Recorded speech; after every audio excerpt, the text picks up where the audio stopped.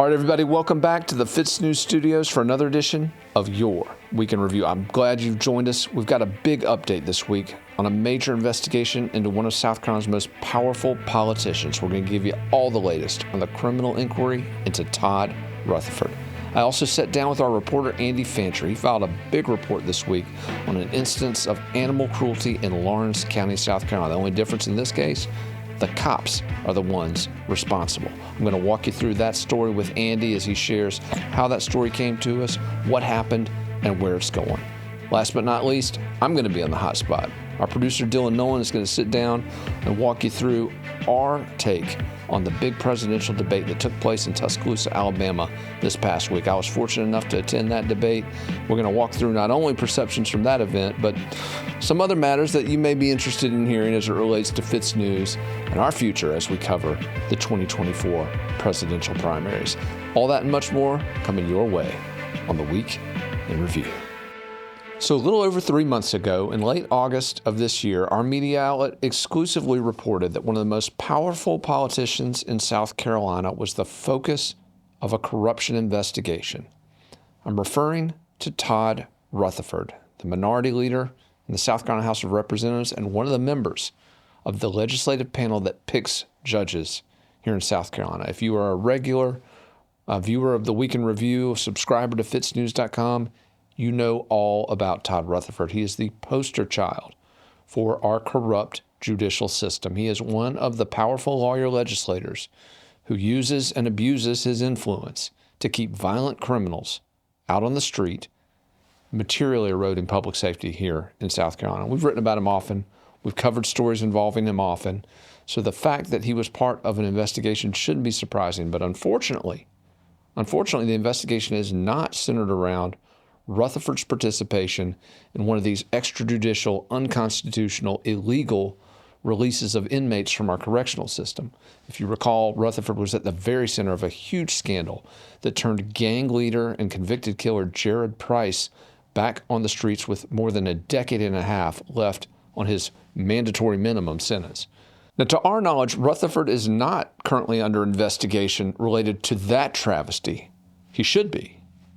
But this investigation, according to our sources, stems from allegations raised way back in 2021 involving the state budget. We're talking specifically here about earmarks, about secretive spending items that are tucked into the state's $30 billion plus budget and routed to lawmakers, to their spouses, to their family members. It's a very corrupt process, and several members of the General Assembly alerted state law enforcement division agents and ethics investigators to Rutherford allegedly misappropriating taxpayer dollars through this earmark process. Now, did he?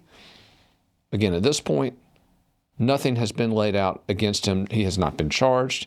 All we know at this point is that there is an active investigation. And when we first reported on this, Rutherford claimed that his opponents were, quote, making shit up. That was his response to the allegations that were leveled against him. Now, we don't know the origins of the criminal inquiry against Rutherford. What we know is that there are two agencies reportedly involved, the South Carolina State Law Enforcement Division and the Federal Bureau of Investigation. As we reported in August, Rutherford's bank records were subpoenaed in connection with this inquiry.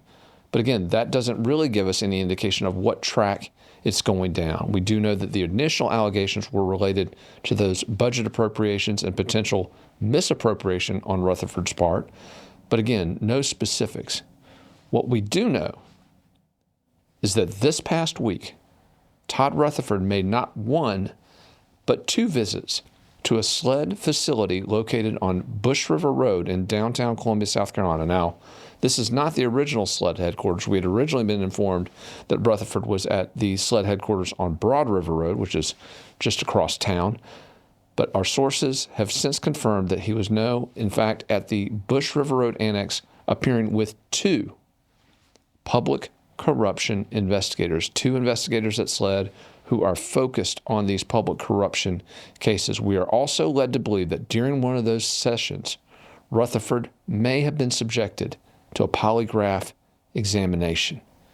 And again, 2 days worth of interviews with these agents. We're not sure exactly what was discussed. Again, we're not sure exactly what they're focused on, but it does represent, according to our sources, a major escalation of this investigation into Todd Rutherford. We're also told that this case, which we were first alerted to back in August again, began to pick up steam a little over 2 months ago in October, when investigators reportedly stumbled upon some new information related to Rutherford's finances, presumably from the subpoena they got for his bank records, and that is what has at long last led to the questioning of Rutherford and, again, a potential polygraph examination of him. Where's all this going? That's a very good question, but it is happening at a time when Rutherford is finally beginning to face some long overdue pressure and scrutiny regarding his nefarious influence on South Carolina's judicial system. In fact, a number of lawmakers are pressuring, challenging South Carolina Speaker of the House, Merle Smith, to remove Rutherford from this panel of lawyer legislators that picks our judges, arguing that if this guy is as corrupt as everyone seems to believe he is, he has no business whatsoever picking South Carolina judges. Now, so far, Merle Smith, the Speaker of the House, has yet to remove Rutherford or any of the lawyer legislators from that panel. But in the event this investigation continues to advance, in the event that the allegations against Rutherford are found to bear fruit, Merle Smith is going to have to revisit that calculus. And in fact, a potential indictment of Todd Rutherford could be exactly the sort of thing that would lead reformers who have been calling for this broken system to be fixed for years. For years. A Rutherford indictment could finally be the thing that forces House leaders not only to get serious about taking these lawyer legislators off of the judge-picking panel here in South Carolina, but more importantly, to create a model by which the public can trust its judges. We do not have that in South Carolina. We haven't had it in South Carolina, and we are never going to have it in South Carolina until lawyer legislators like Rutherford are removed from this position of influencing the very judges they appear before. Will it be an indictment that ultimately gets Rutherford, or will it be legitimate public pressure? We'll find out. Keep it tuned to FITSNews for the latest. So we posted a lot of content on this news outlet over the year that has shocked people, a lot of content that some would describe as graphic, and certainly a lot of that footage, you find it barred on certain platforms, but we try to present this stuff even though sometimes it's very difficult to look at. But one of the pieces that we published this week contained some footage was so jarring that we even had folks on social media saying they just couldn't watch it. And I'm talking about the story out of Lawrence County, South Carolina, where deputies with the Lawrence County Sheriff's Office shot and killed at least one dog in connection with an incident that was covered by our Andy Fancher. And Andy, you're here in the studio today. You've been covering the story. I want to go back before we get into this video and watch it, for those who haven't seen it, for those who have the stomach for it. I wanted to ask you the genesis of this story. Tell us a little bit about how this landed on your plate. Yeah, it landed in the FITSNews tip line by way of a public source, a woman who had dedicated 11 months of her time into investigating this situation, being 8th Judicial Circuit Public Defender Chelsea McNeil. She had submitted the FOIAs. She had obtained body and dash cam police video through sources beyond our understanding, obtained phone calls, 911 calls, dispatch calls, had done all the work and surrendered the findings of her investigation to us, and we subsequently did a write-up, published. And we get a lot of these, obviously.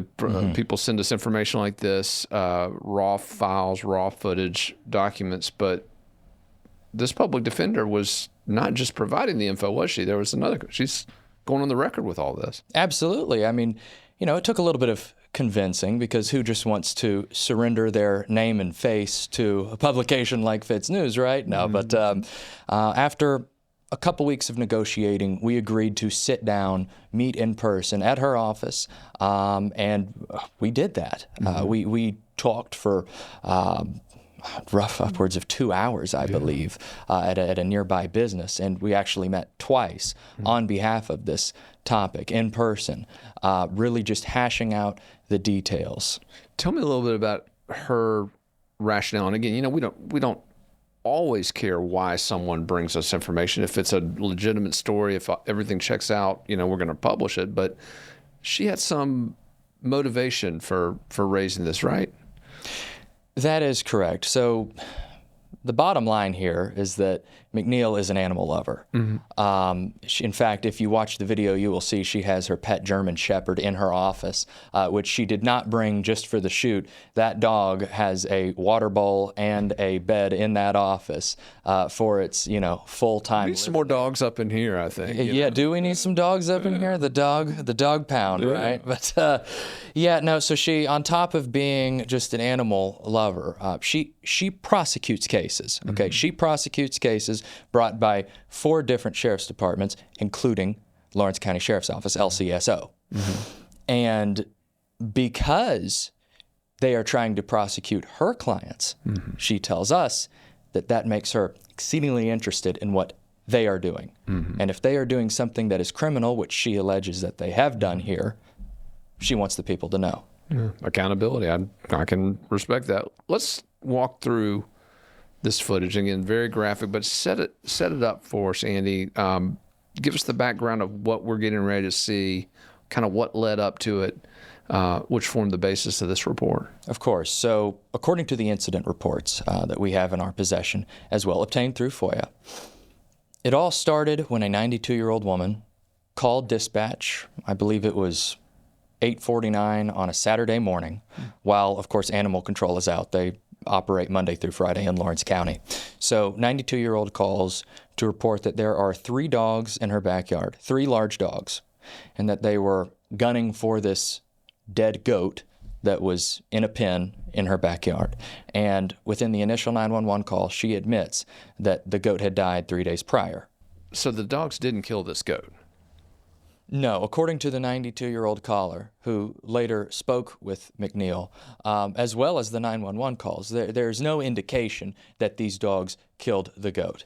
It was a carcass in a backyard, and 3 dogs who were unattended were reportedly going for it. Gotcha. So what happens next? The call comes into the dispatch.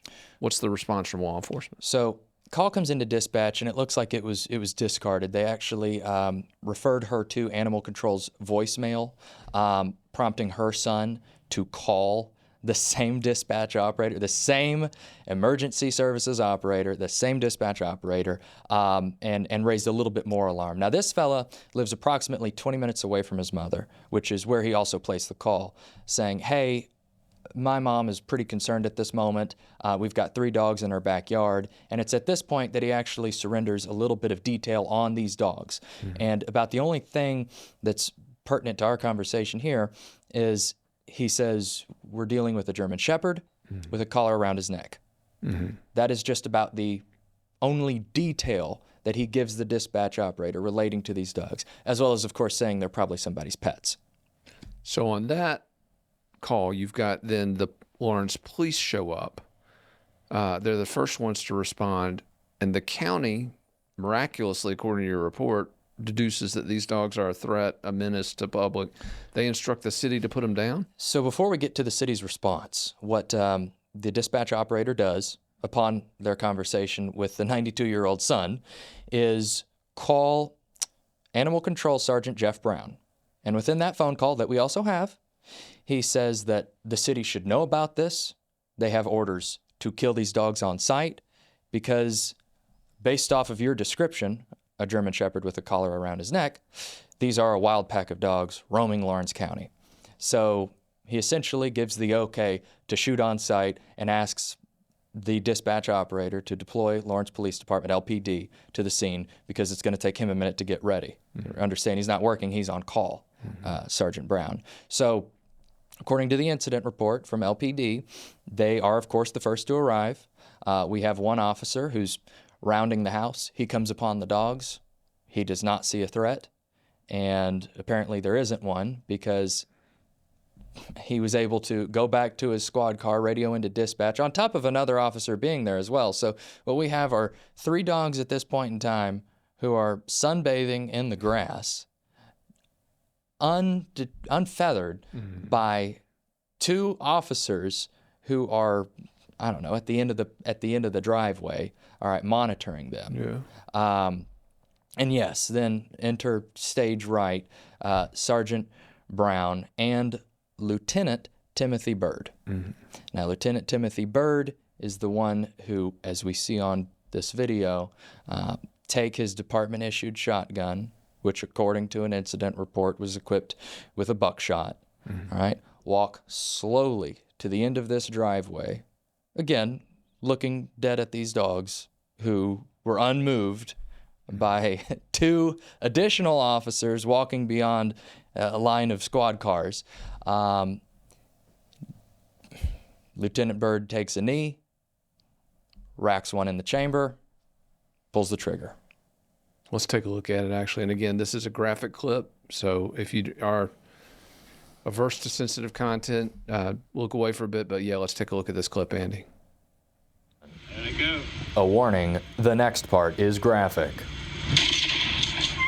One of them has a collar on it, somebody's family pet, and they just took matters into their own hands and shot at them from 30 yards away.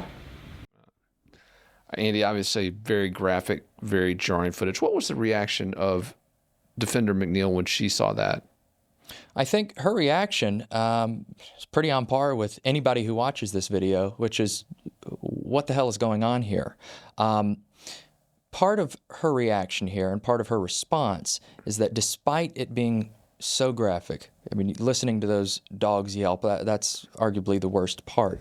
But part of what she wants people to do is watch the video. She wants as many people as possible to see what our public servants are doing behind the curtain. And her primary argument here is that if somebody else were to do this, not wearing a badge, not wearing a uniform, would they receive the same treatment?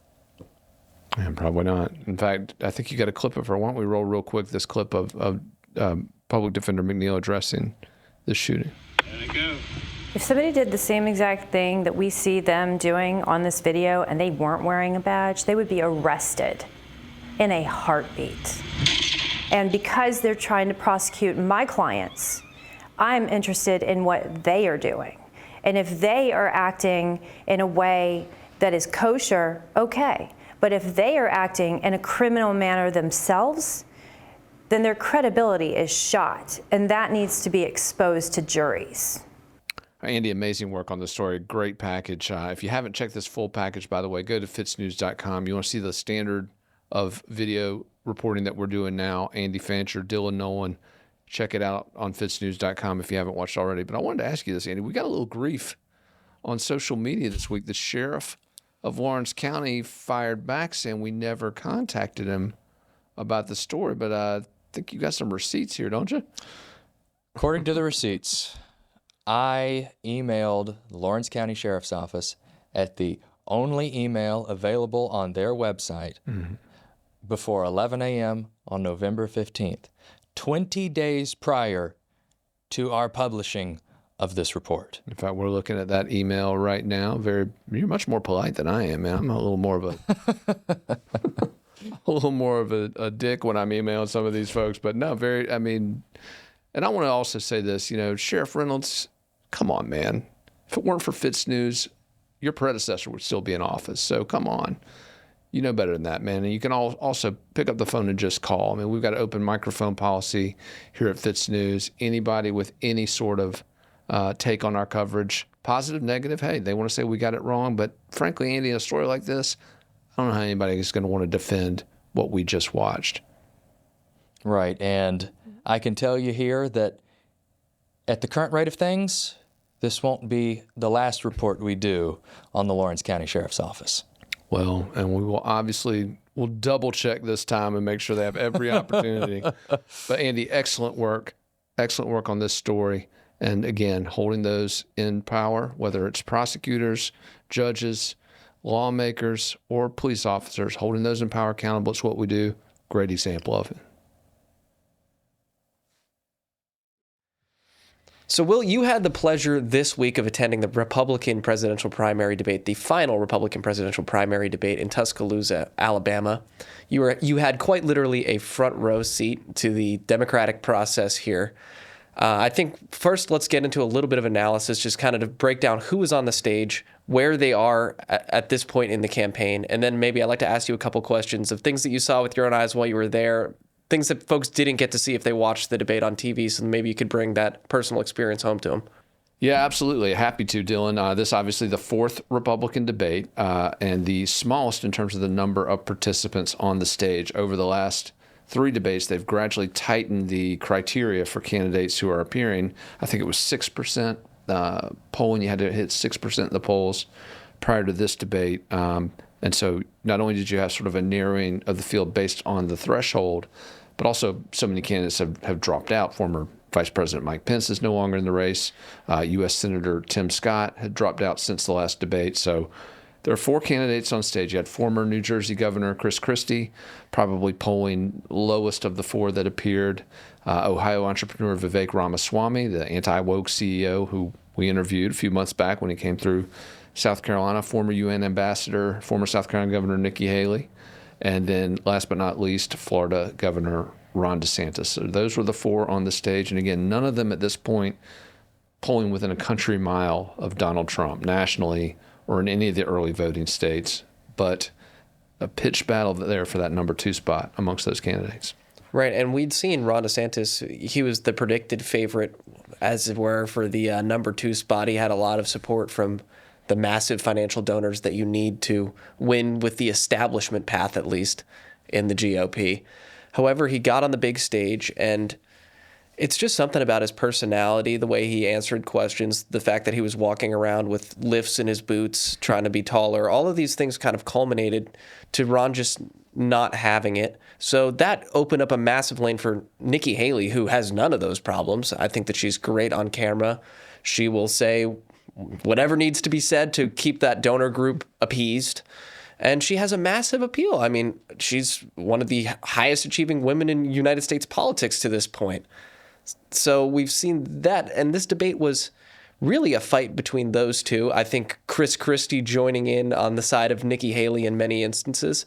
And by the way, you know, he used the word blowhard in the debate, so I'll bring that word up. I think that he's been a blowhard in many instances throughout the political process, but I actually enjoyed his contributions in the debate, even if I didn't agree with a lot of what he was saying. I thought that he was kind of a voice of reason, but he was aligned with Team Haley. And then it was almost DeSantis and Ramaswamy just raining blows down on top of her. The question is, you know, this was a bloody debate. There was a lot of, this was the most conflict that we've seen in any of these GOP debates. Did any of them do what they needed to do to cross the line? If we're going to talk about the ground game, we're going to talk about the first 3 primary elections: New Hampshire, Iowa, South Carolina. Those are the 3 states that these candidates are focusing on. I would say in our home state, the state that I care the most about, Donald Trump, if you look at the polling, far and away, he's going to blow Nikki Haley out of the water. He's going to blow DeSantis out of the water. Do you think that either of them have a chance after last night of doing what they need to do in Ohio, doing what they need to do in New Hampshire to potentially change the way that this primary goes? You mean Iowa? Iowa, New Hampshire. Yeah. No. Short answer, no. I mean, I don't think anything happened on the stage last night that made wasn't already baked into the cake. Yeah. I mean, Donald Trump is the presumptive Republican nominee for president, period. That was the case going into the first debate, the second debate, the third debate, the fourth debate, and it remains the case leaving the fourth debate. What I saw, though, and I felt, I mean, you absolutely hit the nail on the head. I mean, it was a bash Nikki night. Nikki Haley's got a lot of momentum, had a big endorsement, which we covered, went on the ground with that Americans for Prosperity endorsement. And just so folks understand, they bring the thunder. They have the largest ground game of any Republican organization. They like to call themselves a grassroots organization. And certainly they are. They hit the ground hard. However, I think grassroots has a connotation of, you know, this is an organically spun up thing. This is not. This is professional. AFP is bringing in the thunder of the GOP establishment. So them coming in and backing Nikki Haley, that's some serious support. So that's not something to write off. But continue. No, not at all. I mean, it's money, it's voter targeting. And you and I understand that, but I think that folks at home who don't have, you know, live steeped in politics might think, okay, why do I care about AFP? What even is this? But it is serious. No, absolutely. I mean, if you hear it at home, some group endorsed her, who cares? I mean, yeah, absolutely. I have people who don't understand sort of the depth of that organization, the financial resources of that organization, the technological sophistication of that organization. Again, we saw that firsthand when we went out with them the day after they endorsed Nikki Haley and watched them at work. It's an incredible operation, and it's, as you mentioned, a huge shot in the arm for former Ambassador Haley's candidacy. But one of the things you pointed out, you talked about those donors, whether it's the Koch money, whether it's the other billionaire backers that Nikki Haley is starting to corral. That was a point that she was hit on relentlessly during this debate. Both Ramaswamy and DeSantis hammering her away, basically saying this is why she caves on the issues that are important to you and me. This is why that every time she's put on the spot on an issue, she backs down, whereas they will stand firm their case. And so I thought that contrast was on display. Now, Haley's rejoinder was, oh, you're just jealous you're not getting the money. I thought that was one of her best moments of the debate, because you know what? If you understand the situation, you know she is right. Ron DeSantis was playing for that exact same group, and he came out and talked like a speak and spell and walked like C-3PO, and they took their money and gave it to Nikki Haley, and she's right. He's jealous. The big difference, I would say, is somebody looking at the field is, okay, when Ron DeSantis was governor, he governed very conservatively. He governed in a way that the Republican primary voters, I think, would actually appreciate, whereas Nikki Haley, a moderate at best. Well, two things can be true at once. You're absolutely right. She nailed it on the response that they're jealous, but they are right when they say, oh, yeah, she's taking the money and she's going to do what she needs to earn that money. Yeah, and in fact, I thought it was Ramaswamy was most adept, I think, at needling Haley, and in fact pointed out that, right after you receive all this special interest money, you take these meetings with the big bankers, the first thing you do is come out and endorse a national social media registry where people have to register by name to post their thoughts online. And she just got hammered on that by Vivek. And she should be hammered. That's Orwellian. It's not American. It's disturbing. Yeah, no, absolutely. And, DeSantis also kind of drove that nail in a little further by saying, not only did you say it, you made it clear this was going to be one of the first things you do taking office. This is going to be one of your priorities. Right. Where do her interests lie? They lie with not with us regular small people. Yeah, and they hammered that home. So I think you're right. Yes, DeSantis definitely jealous he didn't get that money, but also absolutely correct that while he has a record of standing up for these principles, Haley does not. And I thought the best encapsulation of that during this fourth debate in Alabama was the exchange over the bathroom bills.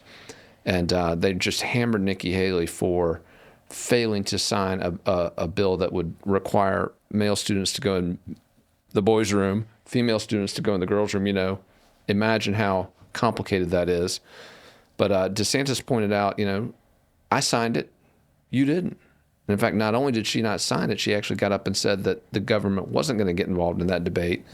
Nikki on stage claimed that she had never said that, and then the very next day, DeSantis' team pumped out much a video. like our previous segment, he brought the receipts. Brought the receipts, exactly. And so, but these all of them, they lie literally on, reflexively.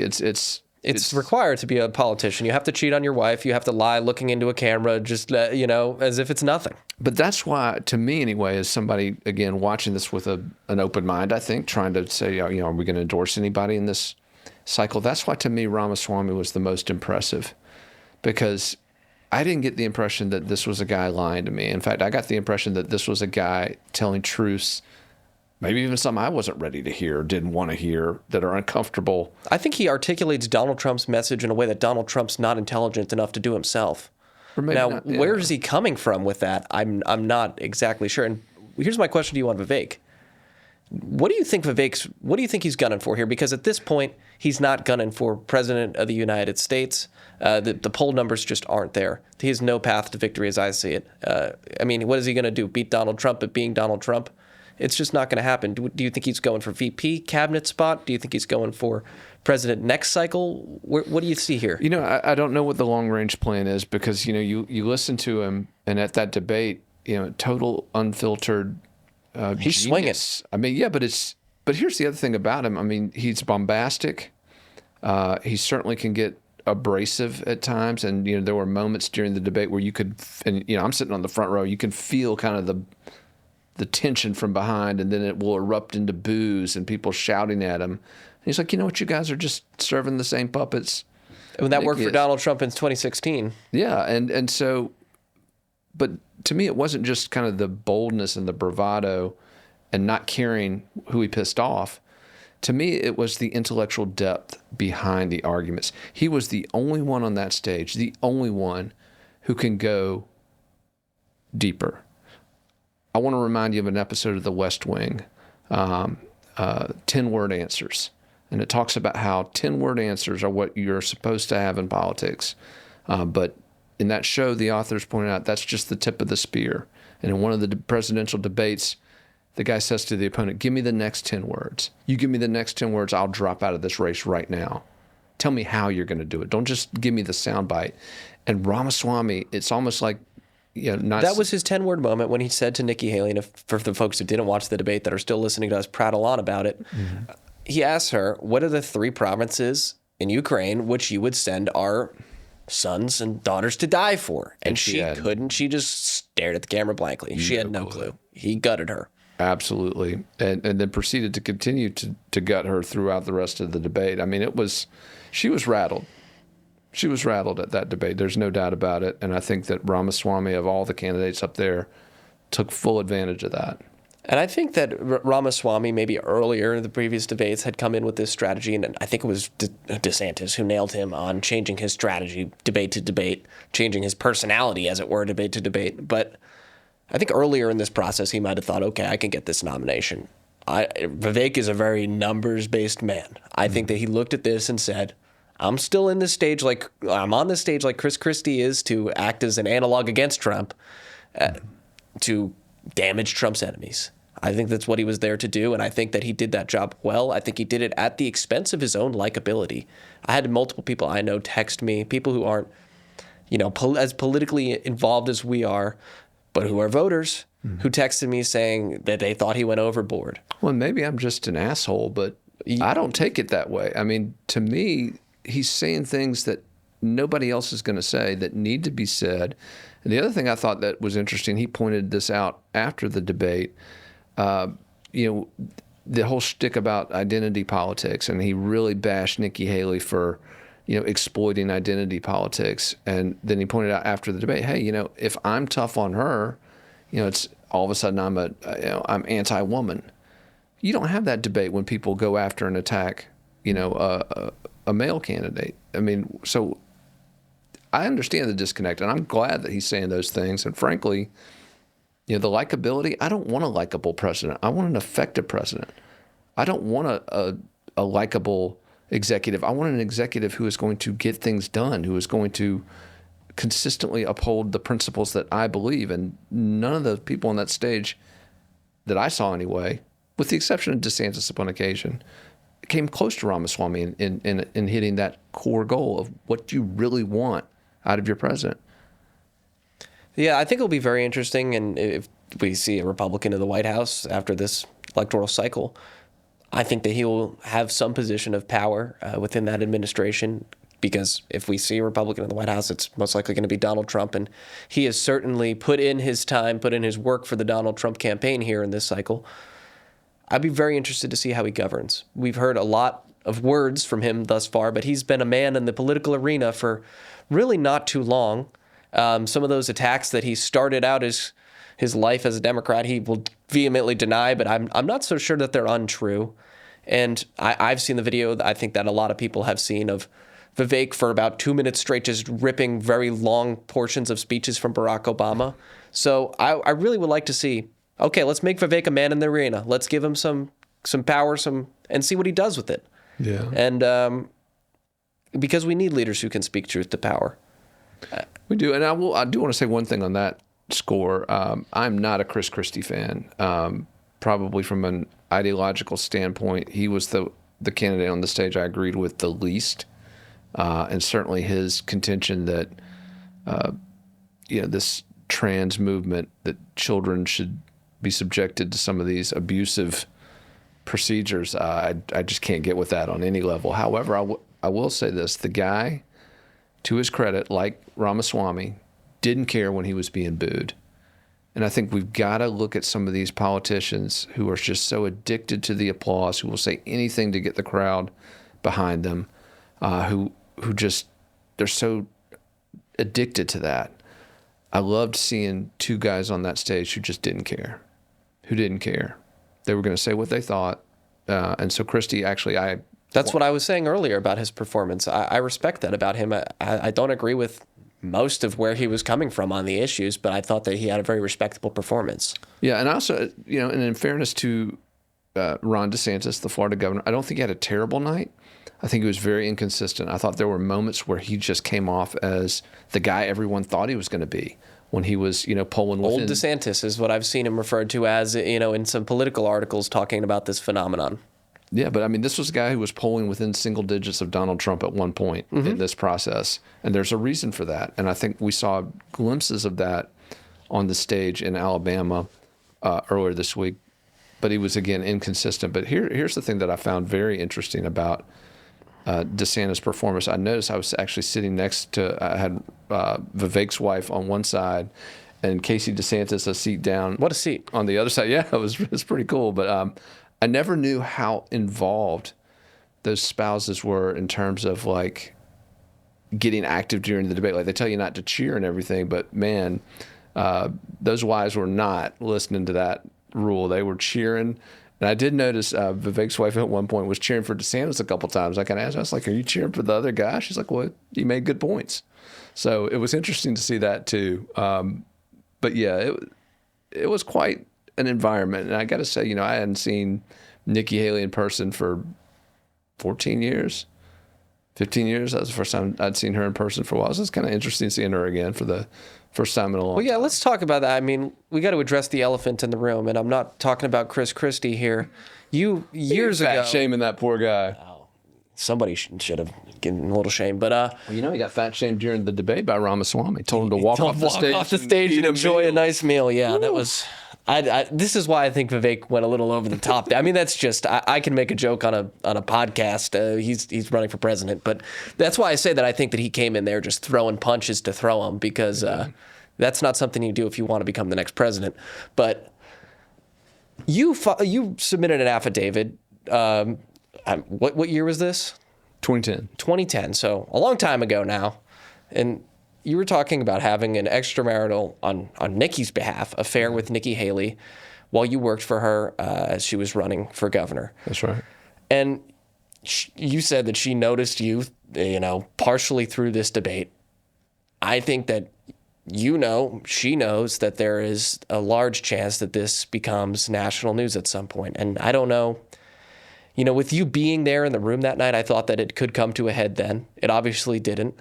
Yeah. You're here right now, and the world is still largely unaware of this, but it brings up an interesting point, and it really made me reflect on, okay, what's going to happen should this become national news? Because this is something as a news outlet that we've tried to, and I think you've done an admirable job in, sure, you have your feelings about Nikki Haley's policy, but when it comes to straight news pieces, I think that we've been nothing but fair in our coverage of her, and I really admire you for that. But at the same time, you were a player on the stage then, you're a player on the stage now, and her star has only risen.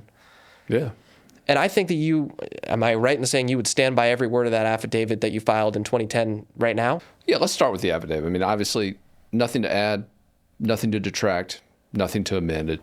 True then, true now, and, whatever happens with that nationally, got to be ready for that. But as far as FITSNews, as far as how we cover these candidates, yeah, I am proud of how we've covered Nikki Haley. I mean, she's been right on a lot of things. Entitlement spending, she's been the only Republican in the field that's really sounded a voice of reason on entitlements. And by the way, her willingness to do that pushed DeSantis, some of the other candidates, to better ground on that issue. And so I gave her credit for that on several occasions. Obviously, we covered her big endorsement with AFP this past week. We're not going to minimize good news for her because of some historical,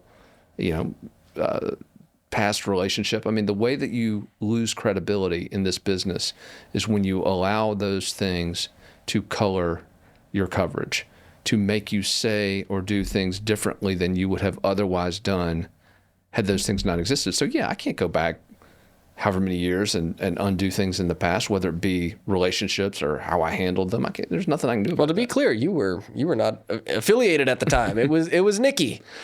True, but what's the old biblical? By the biblical definition, every bit as guilty as she was. But again, to the credibility. But you're not running for president of the United States. No. And that's what is interesting to me about this situation is I think that we can agree. Okay, Bill Clinton, that was one of the first big sex scandals. Obviously, American presidents have been sleeping around for a very long time. You want to look at FDR, he was sleeping around. JFK, obviously Bill Clinton, that one came into the public. You look at Donald Trump, that man is such a philanderer. He's with all sorts of different women. The question is, with a female candidate, will that play differently? I don't know. It's uncharted territory. Right. We don't know. Hillary Clinton was such a sexless woman that we never got to find that out. But Nikki Haley, quite the opposite. I will be very interested if she, at some point in time, becomes the Republican presidential nominee, which, if not this cycle, she has certainly positioned herself. Absolutely. I mean, she's going to be on the short list for a very long time as far as presidential contenders with the way that she's handled herself. If she gets that national nomination, there's no way that does not get weaponized against her. Yeah. And I just hope I have every faith that we'll be as fair as in our coverage of this incident as possible. But at the end of the day, what happened, and truth is truth, and voters can take it how they'll take it. Right, exactly. And I've already seen a few of the kind of preemptive stories, of sort of seeking to inoculate her against that by kind of coming at me, and that's fine. I didn't handle it perfectly. I didn't handle it as well as I should have. If I had it to do over again, I would have handled it much differently. I don't think I would have been as forthcoming, perhaps, as I was.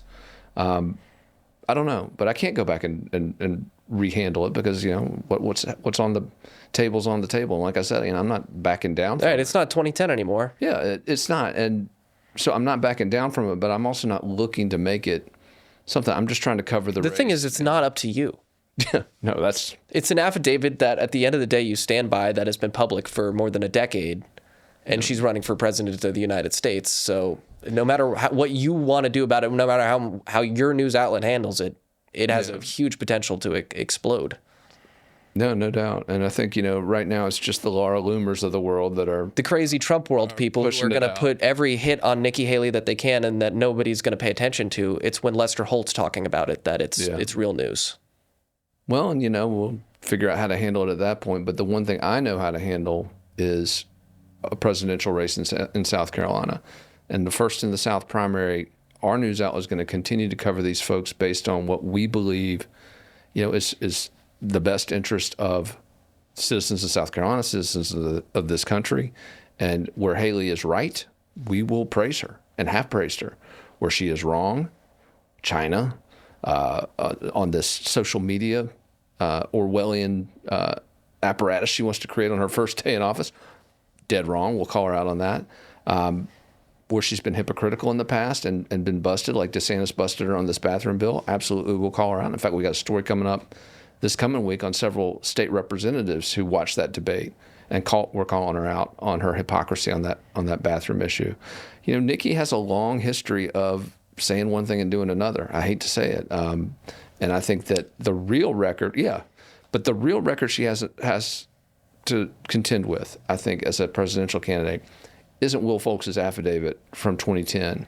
It's the record of her time in office in South Carolina and how she ran as a Tea Party candidate in 2010 and then went and governed as a Chamber of Commerce left-of-center Republican who, during that process, again, so many hypocrisies, so many double standards, so many just golden opportunities for people to hammer her on. I mean, Syrian refugees. And I think you're right. I mean, your assertion here is clearly right because that's what this primary has been about. And credit to the Republican operatives who have not made it about something else.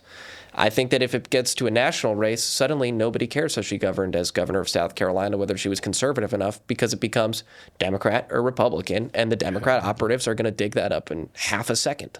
Yeah, no, absolutely. And it's going to be a massive torpedo. Absolutely. Well, And that's to the Republican operatives, that's what I say. dig it up now. If it's going to be disqualifying, get it into the bloodstream before she is the nominee. Yeah. Don't hide it. Yeah. But nobody asked me. Well, it's Will, not thanks for sharing your guts here. Obviously, it's a little bit of a tough question. No, man, this is fun. It's fun because I'm usually the one doling out those questions to the person in the other chair. It's kind of cool to be on this side of it. Well, I figured I should probably ask the questions on this one because I figured there's a couple questions that it's hard for you to ask. Mm-hmm. Being that you're a party, it's almost like Judge Newman having to step down and get on the witness stand here. No, but again, I'm glad that you see how we've covered this race, and I know you. No, I'm proud to work here because I think you've here. handled it respectably. Yeah, I mean that's what I was just going to say. You wouldn't be here if we were handling it any other way. So, well, we'll keep everybody at home obviously informed as 2024 that race towards a very important presidential voting day continues. We'll keep you up to speed. I want to thank everyone for tuning in. If you haven't already, please like us, subscribe on YouTube. That helps us get to that next level. And also, if you haven't already, only $8 a month for the kind of coverage we were just talking about that's so important. Subscribe to FITSNews.com. It's only $8 a month. And again, one thing I want to point out on that, so many times watching these debates, or if you don't watch these debates, you never know that what you're getting from the mainstream press, you never know whether it's the truth or not. But I got to say one thing, that I'm super impressed with the people that work for this media outlet. I was at that debate in Tuscaloosa, as we just discussed, but I read the article that was published on our site by Mark Powell. He's one of our top political writers. He's a guy who previews these debates and recaps that debates, and it was awesome to read an account on our site that was exactly what transpired. So if you want the real take of what happened at these events, if you want to know the unbiased, unfiltered, straight truth on what happened, come to FITSNews.com because Mark Powell's article was exactly representative of what happened. And I can't say the same for so many of the mainstream media outlets that covered it. Thanks for joining us. We will catch you next time on The Week in Review.